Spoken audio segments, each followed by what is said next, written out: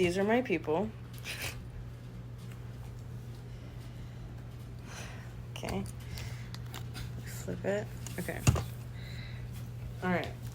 So, today I'm going to be giving y'all a speech over whether, or giving all the pros and cons over whether y'all think parole is fair or, like, if rules or changes should be made to parole. So, yeah. All right, so imagine this. You've just been convicted of a crime and have been sent to prison for a sentence of 3 to 5 years with the possibility of parole. Now picture yourself 4 years into your sentence with 1 year left to go, and they allow you to get out early on your parole. Depending on your release, or depending on how logical you are, most of you would go on with your early release. However, several of you may choose to complete your sentence for a very logical reason. It is stated that parole has its many pros, but not very many people see its cons. While parole comes with its several strict rules that must be followed. These rules can very easily be broken. In fact, we break these rules every day without notice. For example, how many of you have ever stopped into a store to grab a drink without letting anyone know? Like several of you, I'm sure. Well, that's a crime according to your parole officer. When any rule is broken, no matter how small, one will be sent straight back to prison. However, if one can abide by said rules and set responsibilities for oneself, then it could become possible for one to finish parole and be let out early on good terms. I have researched this topic and provide the answers as needed, but I'm here to let you decide if you think parole is worth it and if change, if necessary, is on these rules. And if change is necessary on these rules set for these convicts. Alright, so here's the argument, I guess. Alright, so having kids is a supportive family changes everything for an ex-convict trying to stay on parole. Having someone to motivate you, primarily a parent of a child, will give you the mindset and responsibility of wanting to remain on parole, right? Because you do it for them. You do it for your kids because you do it because you don't want your kids to remember their mom or dad as someone who is always in and out of jail or prison. In some cases, it makes it easier for the ex-convict to stay focused on the main goal, which is to get released early and take advantage of the opportunity given. As said on page 1 through 2 of article by Pros Plus Cons team, it is also stated that parole officers will provide resources such as counseling. Alright. While this may be somewhat true, it is shown that not all parole officers are willing to do their job to its fullest potential. The Frontline documentary Life on Parole by Matthew O'Neill provides the reality behind parole officers and what life is actually like on parole. They show several different convicts and their experiences on parole, and only a few make it through the process.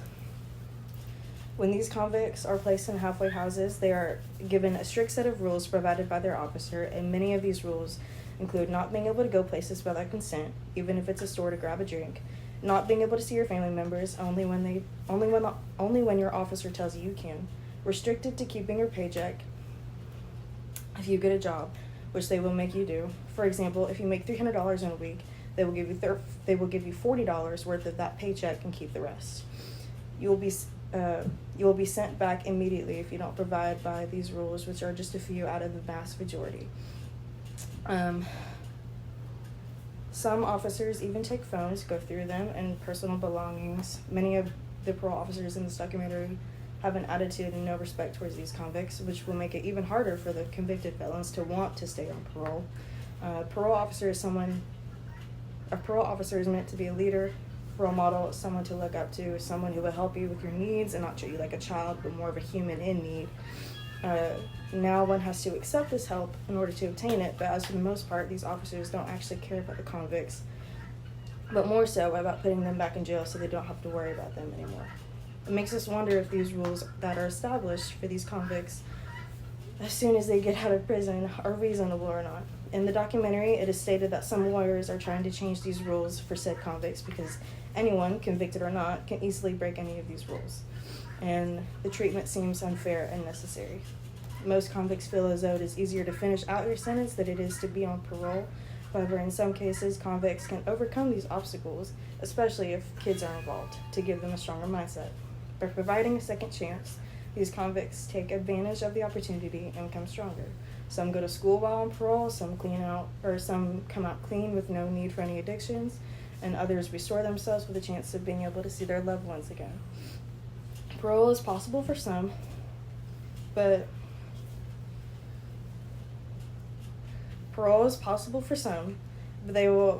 most will go through many rough patches before overcoming any obstacles. The pros of being on parole is that it reduces the number of persons in prison, allows you to be released early, can help one get back on one's feet if willing to accept help, and promotes accountability from convicts. In that same documentary, it shows. Okay. Struggling to pass a drug test at first, but she comes to her senses when she had her child in the back of her mind, which she was doing it for. She got counseling, got a job as a night nurse while also going to school for it, and walked everywhere to work and back. And she became more responsible and accepting of her life on parole so she could graduate from her nurse program, which she did, and she reunited with her son again, who was now able to live with her. All right, so all in all, being on parole doesn't mean you're exactly free, more so monitored very closely in many ways. It may feel like more of a prison than actual prison, but for some it can be absolutely worth it, and in the long run your sentence can be cut short if one abides by the rules.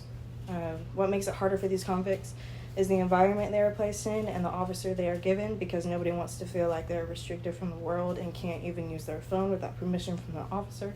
While some, like the woman in the documentary, had kids at home waiting for her, and that gave her more power to push through, even though she was restricted to several things.